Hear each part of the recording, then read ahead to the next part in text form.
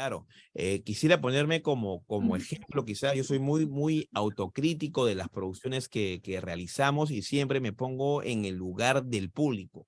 ¿Cómo es que tomaría el público, bajo un esquema, como te decía, de autocrítica, un contenido que producimos o creamos? Y en ese sentido, siempre me pongo a pensar, ¿cuál es la utilidad como herramienta de comunicación del podcast? Para que sea consumido masivamente. En primer lugar, a diferencia de un contenido audiovisual, es un contenido, vamos de lo técnico a, digamos, de la forma al fondo, ¿no? Desde el punto de vista técnico, consumir un podcast me consume, valga la redundancia, muchos menos megas que un contenido audiovisual si es que utilizo mi teléfono al desplazarme de un punto a otro para escuchar este podcast, ¿no? No es como ver un video en YouTube que si no tengo los suficientes megas se va a consumir inmediatamente.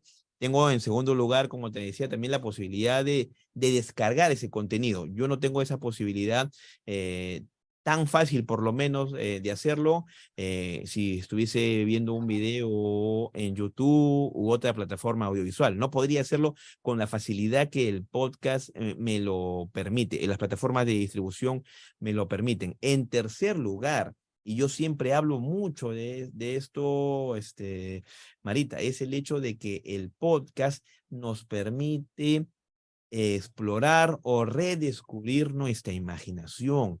Estamos tan, pero tan habituados a que todo lo damos por sentado porque lo vemos en una producción audiovisual. Cada parte de un relato audiovisual o de una historia o lo que fuera, lo estamos viendo. No hay nada que quede para nuestra imaginación, que hay que ser muy sinceros, a raíz de esto ya vuela muy poco, ¿no? Ya nuestra imaginación no está tan, no es tan grande como antes, ¿no? Como hace años, de repente, en que estábamos obligados a imaginarnos, porque en realidad la radio era nuestra principal compañía, probablemente en muchas zonas del país, ¿no? Y esto nos lo permite el podcast. El podcast me permite, en esta combinación mágica que tienen los elementos del lenguaje radiofónico, como te mencionaba hace unos instantes, ¿no?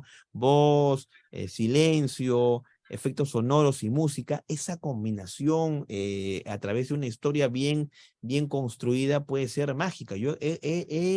No te miento, mi traslado de un lugar a otro de la ciudad, he consumido podcast de ficción sonora, siempre esperando que volviera a trasladarme de un lugar a otro para seguir escuchando ese contenido, porque me apasionaba mucho el tener que imaginarme muchas situaciones que no las tenía, obviamente, como un producto audiovisual ya no las veía, ¿no? Tenía que imaginarme. Y esa reconstrucción, esa mental de situaciones o acontecimientos o detalles, por lo menos de lo que el podcast me está revelando a través de una ficción sonora, por ejemplo, es único, es único.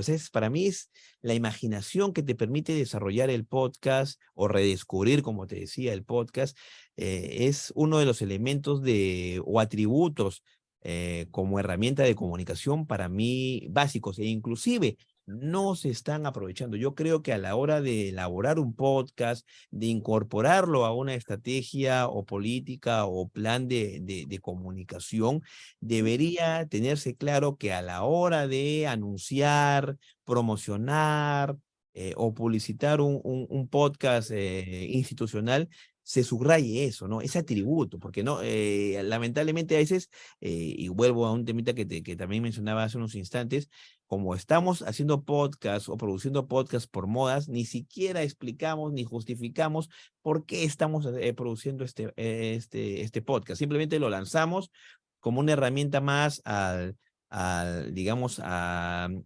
ciberespacio y ahí queda. Y hay algo importante también que no había, no, digamos, expresado Marita, es el hecho de que justamente se producen podcasts de una manera tan, digamos, abrupta, sin mayor planificación, simplemente por no desaprovechar lo que otras organizaciones aprovechan, que puedes hablar con un montón o varios especialistas, por lo menos en producción de podcast, y te van a ratificar lo que voy a decir. Es decir, que por cada podcast nuevo que nace, mueren 10.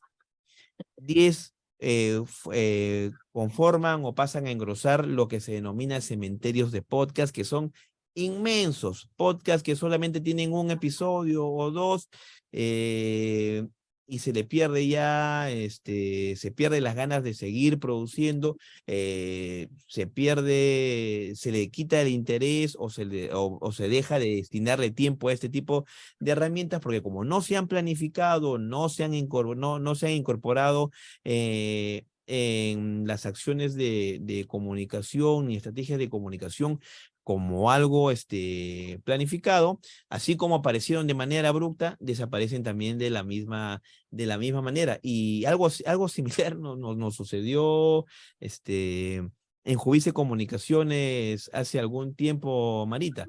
Nos pidieron cotizar la elaboración de un podcast de ficción sonora, si no me falla la memoria. Y bueno, dimos la cotización, que lo que significaba producir un podcast de ficción sonora, un podcast de ficción sonora, y es bueno tenerlo en cuenta.